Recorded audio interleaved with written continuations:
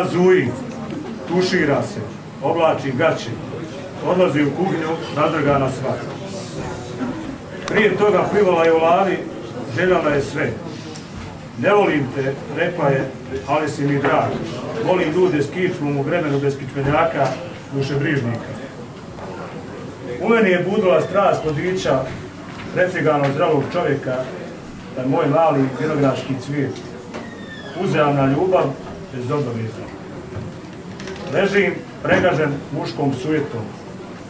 Ona zuji besom. Sila si.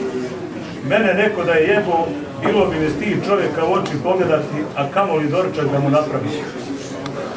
Ti si lud. Sve je to tako prirodno. Rekla je. Bože, kako je priroda skladna, moćna. Jer samo čovjek kao vrsta da bude normalan i da se vrati tebi i prirodi. Da prestane sa klanjanjem svojoj ljudskoj pameti. Moram da idem, čekaju me obaveze. Ostaju li dogovor za sljedeći vikend? Da, ljubila me i otišla. Ležim. Na TV-u neka budala, političar, ko bi drugi bio, demokratski pokušava ostvariti svoj luđački san u kojem diže civilizaciju na nivo gluposti na kojem se on nalazi. Što je lijepo što su ljudi izmislili daljinski da ne moram ustajati dok žrtve vise sa drveta. Dobar čovjek nije onaj koji ćuti i ništa ne poduzima. Dobar čovjek je onaj koji se bori protiv zla, bez obzira na ishod koji ga čeka. Većina nije uvijek u pravu. Prebacuje kanal. Idu mi na kurac režimski umjetnici demagozi. Neki ratoborni penis na after partiju žali se na sve i svakoga. Najviše na svoju sreću. Na ovom kanalu niko se žalio nije na svoju pamet. Gdje je smisao ubistvu čovjeka zbog zastave, himne i zemlje, da sve sveto bude pogaženo nakon pobjede? Jaki će uvijek gaziti slabije. Tu i tamo zadovoljit će se pokoja pravda. Većina je aplaudirala Hristu da bi ga opet razapila. Glava me je bola onako ružno, glupost, kao da ima gdje te lijepo glava boli.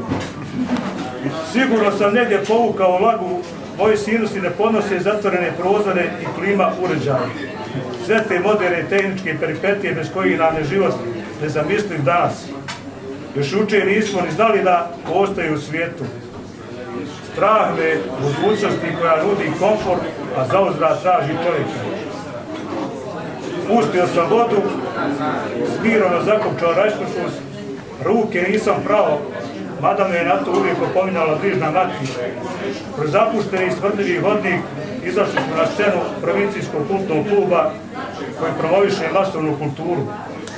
Ovacije i aplauzi pod hipnozom vlastitog vremena, dresirani strahovima rata. Zastori su se dizali i padali. Maske ne. One spokojno prkose.